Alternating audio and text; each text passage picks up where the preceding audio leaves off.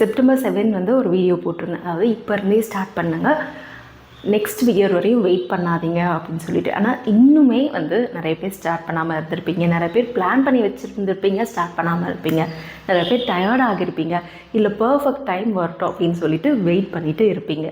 ஆமாம் தானே? பட் ஆனால் இங்கே உண்மை என்னென்னா, பர்ஃபெக்ட் டைம்னு ஒன்று கிடையவே கிடையாது. நேற்று வேணான்னு விட்டீங்க பார்த்தீங்களா, அதுவுமே பர்ஃபெக்ட் டே தான். இன்றைக்கி பர்ஃபெக்ட் டே தான். ஓகே, ஜஸ்ட் ஒரு சின்ன ஸ்டெப் வந்து நீங்கள் ஸ்டார்ட் பண்ணால் போதும். கோல்ஸ் எழுதுறதா இருக்கட்டும், உங்களோட பிளேஸை க்ளீன் பண்ணுறதா இருக்கட்டும், இல்லை டிஸ்ட்ராக்ஷனுக்கு நோ சொல்கிறதா இருக்கட்டும், என்ன வேணாலும் இருக்கலாம். அதை நீங்கள் இன்றைக்கே ஸ்டார்ட் பண்ணுங்கள்.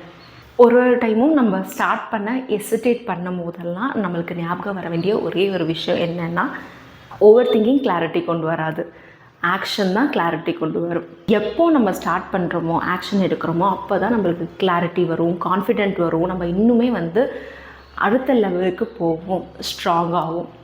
ஸோ மோட்டிவேஷனுக்காக வெயிட் பண்ணாமல் டிசிப்ளைனாக இன்றைக்கி ஸ்டார்ட் பண்ணுங்கள். உங்களோட ஃப்யூச்சர் செல்ஃப் வந்து உங்களுக்கு வந்து தேங்க்ஃபுல்லாக இருக்கும்.